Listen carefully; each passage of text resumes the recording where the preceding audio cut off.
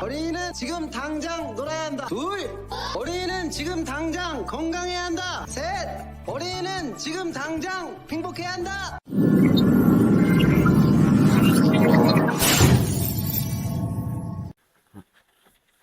안녕하세요. 브렌텍 강사 이승훈입니다. 간만에 영상을 켰어요. 이제 1, 2, 3개월 동안 너무 많이 달려가지고 몸이 좀 안 좋아서 좀 천천히 해야 되겠어요.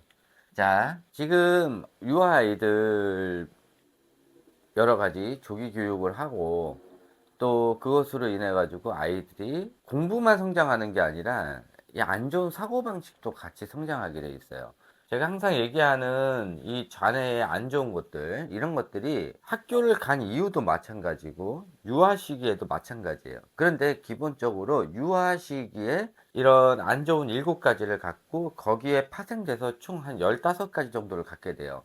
그냥 약간의 부정적인 마인드, 또 고정적인 마인드, 이런 거를 가지고 아이가 학교를 들어가게 돼요. 그러면은 그것이 학교 가서 고치지 않으면은 그것이 점점점 확장되면서 그게 고착된 성격으로 굳히게 되는 거예요. 그래서 여기서 보시는 대로 픽스드 마인드셋, 이런 고정적인 사고방식하고 또 우뇌를 많이 성장시키면은 그로스 마인드셋이에요. 성장하는 마인드란 말이에요. 이거 완전히 달라요. 그래서 제가 우뇌 교육을 많이 시키라고 하는 거고요. 자뇌 교육이 많이 들어가게 되면은 아이들이 문제가 생기게 되는 거죠. 도대체 자뇌 교육이 뭐냐? 유아 시기에 하는 자뇌 교육은 초등학교 넘어가지고 해야 되는 것들, 그런 것들이 전부 다 자뇌 교육이에요. 아이가 책을 보고 연산을 하고 숫자를 하고 대체적으로 그런 거죠. 또 애들이 읽기 쓰기를 하고 이런 것들이 좌뇌 교육이에요. 우뇌 교육은 뭐냐? 아이들이 경험으로 인해 가지고 모든 걸 다 할 수 있는 거예요. 만들기, 그리기, 체육활동, 그러니까 음미체에 해당하는 것들, 또 밖에 돌아다니면서 이것저것 보는 것들, 이런 것들이 다 우뇌 활동이에요. 그 중에서 집안 활동, 이런 것들로 인해 가지고 아이가 많은 것들을 만들고 그리고 생각하고 이런 것들이 우뇌죠, 마인드예요. 하여튼 이런 걸로 인해 가지고 아이들이 기본적인 성격이 구축이 돼요. 우리 아이는 태어났을 때부터 예민했어요. 우리 아이는 어렸을 때부터 내성적이었어요. 절대 그렇지 않아요. 아이가 예민하게 태어났던, 근데 너무 예민하게 태어난 아이들은 안 돼요. 그거는 어쩔 수가 없는 부분이고. 근데 요즘 어머니들이 생각하는 예민한 거랑 10년 전, 20년 전 어머니들이 생각하는 예민한 거랑 완전 달라요. 요즘은 어머니가 애들을 육아하기에 약간만 아이가 맞지가 않으면 예민하다고 얘기를 해요. 그런데 아이를 앉혀놓고 12개월 이전부터 책육아를 했다? 그럼 절대 예민한 아이가 아니에요. 그런 아이들, 그러니까 12개월 전부터 아이들을 영상 노출을 해줬고 12개월 이전부터 아이랑 책육아를 했던, 또 영어를 했던, 한국말 배우기도 전에 영어 노출을 해줬던 그런 아이들은 스스로 예민하게 돼요. 또 스스로 내성적인 아이가 되게 돼요. 자, 어쨌든 간에 이 좌뇌에 해당하는 게 여기서 보시는 대로 아이가 자존심이 생기게 되고요. 우뇌는 자존감이 생기게 돼요. 우뇌 활동하는 것만으로도 애들이 자존감이 생겨요. 좌뇌 활동만 많이 시키면 애들이 자존심이 강해져요. 우뇌 활동을 많이 시키면 애들이 이타심이 생기게 되고요. 좌뇌 활동을 많이 하게 되면은 이기심이 생기게 돼요. 그래서 공부만 했던 사람들 대체적으로 보면 자존심만 강하고 이기심이 강하잖아요. 또 우뇌 활동을 많이 하면은 아이들이 자신감이 생겨요. 좌뇌 활동을 많이 하게 되면은 아이들이 자만심이 생기게 돼요. 근데 여기서 알아두셔야 될 게 36개월 이전에 아이들은 대체적으로 자기중심적이란 말이에요.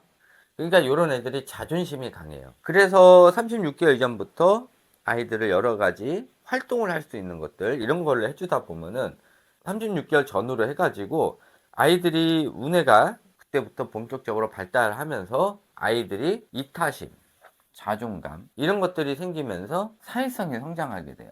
그런데 이 시기 때 엄마들이 아이 데리고 학습식 유치원, 영유, 또 공부, 이런 걸 시키다 보면은 여기서 말하는 이 자존심, 이것이 강해지면서 애들이 이기적으로 변해요.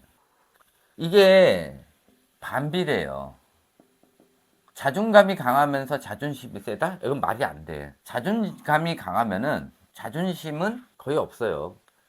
자존감이 강하면은 이타심이 생기고요. 자존심이 강하는데 이타심이 생길 수가 없어요. 다 반비례하게 돼 있어요. 그래서 그래프를 보면은 0세부터 약 3세 때까지는 아이들이 이 자존심이 굉장히 강해졌다가 운해 활동들을 시키면서 이것이 떨어지게 돼요. 자존감 같은 경우는 거의 없죠. 없다가 36개월이 지나면서 슬슬슬 올라가면서 교차점을 갖게 돼요. 그러면서 운해 활동을 계속하면 사회성이 커지면서 자존심이 떨어지고 자존감이 계속 성장하게 된단 말이에요. 그런데 입학 이후 공부를 계속 시킨단 말이에요. 밖에서 하는 활동을 딱 끊고 그 다음에 아이들이 하는 예체능 활동을 다 끊고 계속 공부만 시키다 보면 다시 또 자존심이 오르게 되면서 자존감이 떨어지게 돼 있어요. 요 시점이 보통 초등학교 3, 4학년에 갔다가 중학교 이후에도 계속 공부를 시키게 되면은 아이들이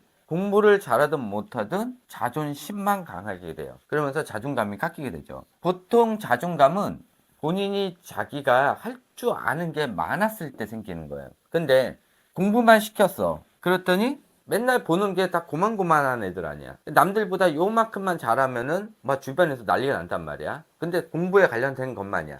근데 학교를 갔더니 늦게 시작하는 아이들, 또 학교에 가가지고 자네가 터지면서 올라오는 아이들이 있어.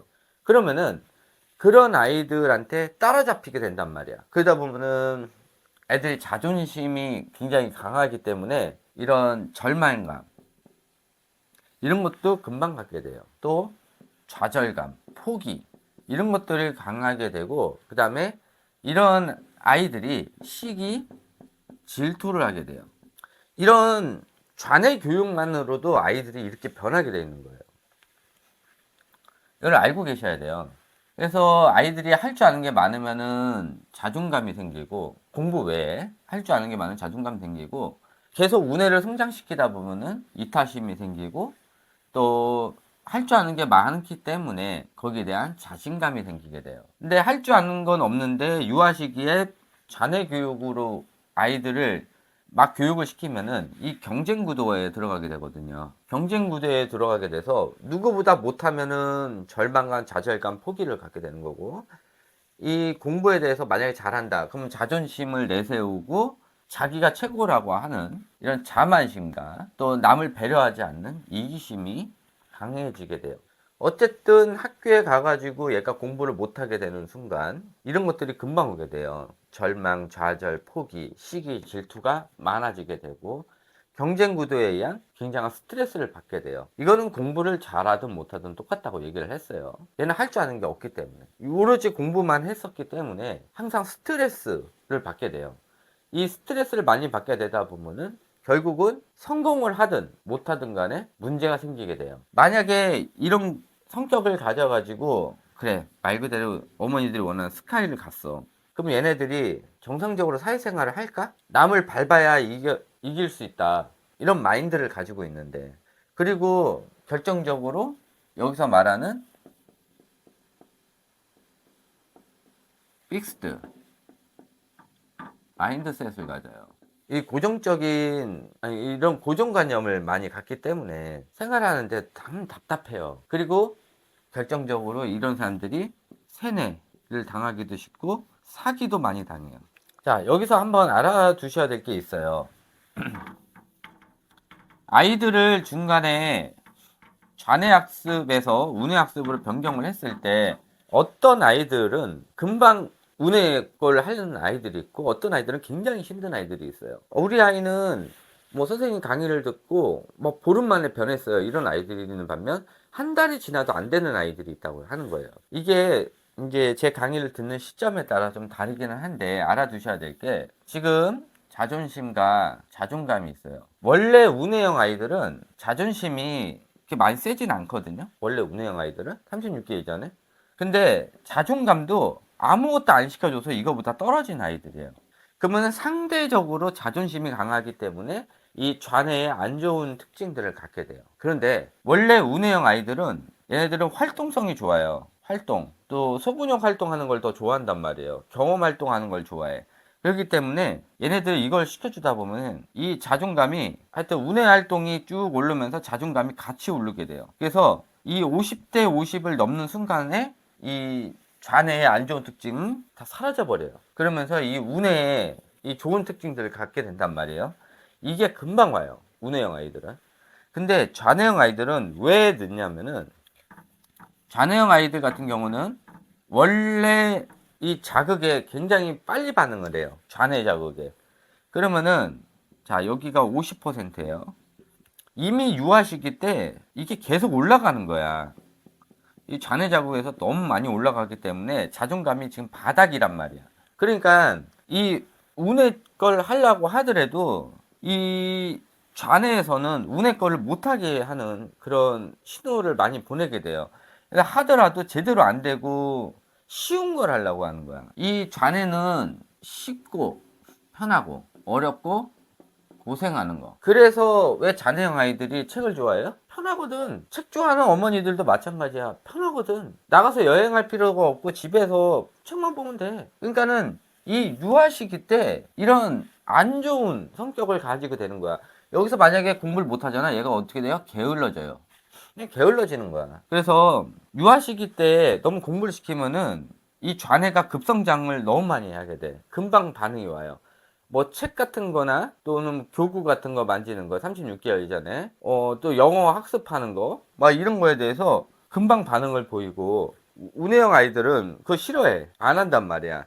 안 하는데 집에 그거밖에 없으니까 어쩔 수 없이 만지는 거야. 그래도 하기 싫어해. 도망 다닌단 말이야. 이걸 억지로 시키면은 운해형 아이들은 ADHD가 걸리고 경계성 지능이 생기는 거고요. 좌뇌형 아이들은 시키면 시킨 대로 한단 말이야. 이게 문제인 거야. 시키면 시키는 대로 하는데 아이가 AI가 돼가고 있는 거지. 거기에다가 아이들이 운해를 버려요. 성장을 안 하려고 그래. 근데 갑자기 어느 날 책이라는 존재가 없어졌어. 공부라는 존재가 없어졌어. 그러면은 하기는 해야 되는데 할 줄 모르니까 얘네들이 뭐예요? 거의 보면은 역할놀이만 하는 거예요. 할 게 없으니까 짜증 부리고. 근데 이거를 올릴 때마다, 운해 활동을 올릴 때마다 이 좌뇌가 떨어져야 되는데 그러진 않아. 이게 막 그냥 기하급수로 떨어지질 않아요. 천천히 떨어진단 말이야. 이것도 천천히 올라가. 얘가 떨어진 것만큼 올라가는 거야. 근데 너무 많이 올라가 버렸기 때문에 이게 떨어지고 운해가 올라가는데 시간이 오래 걸려요.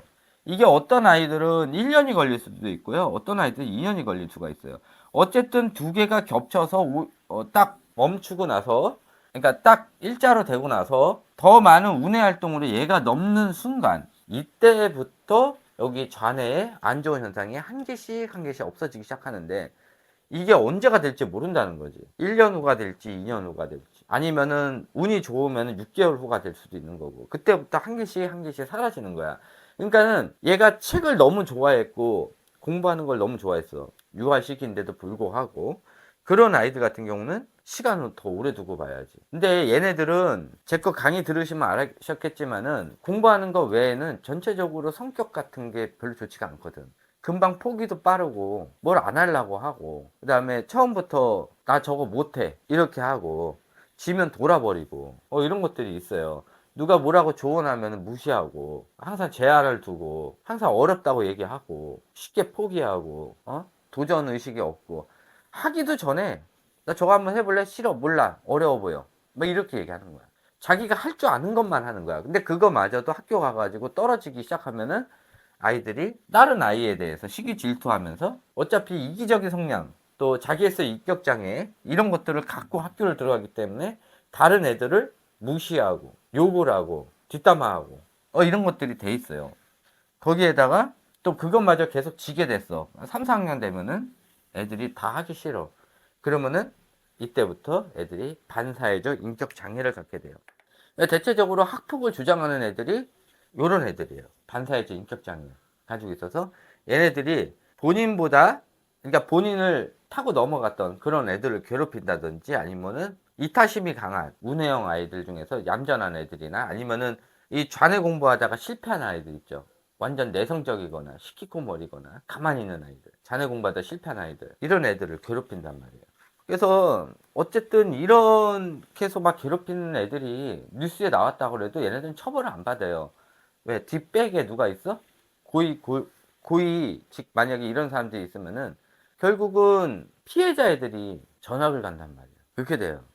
그리고 이렇게 공부만 죽어라 시키는 어머니들 보면은 대체적으로 어머니들도 조금 인격 장애들이 많아요. 학교를 들어갔는데도 계속 공부하면서 거기 금쪽이나 뭐 티처스 막 이런 데 나오는 어머니들 봐봐요. 무서워. 애들 막 공부시키는데 아침 막 3학년짜리 애들을 초등학교 3학년짜리 애들을 아침에 눈 떠가지고 자기 전까지 11시까지 공부를 계속 쉬지도 않고 시킨단 말이야.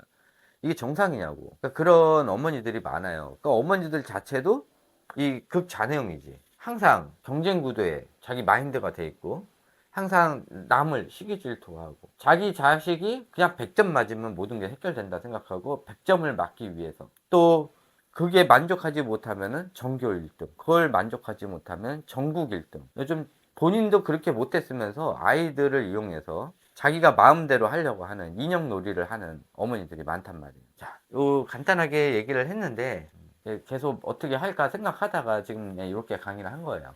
조금 요 며칠 쉬는 동안 무엇을 어떤 거를 강의를 할까 좀 많이 고민을 했어요. 기본적인 거는 제가 다 강의를 해놨고 이제 학년이 지나면서 또 애들이 나이가 먹으면서 뭘 더 도움이 될까 그거를 좀 생각을 해놨어요. 그래서 그거 제가 좀 생각한 거 해드리도록 할게요.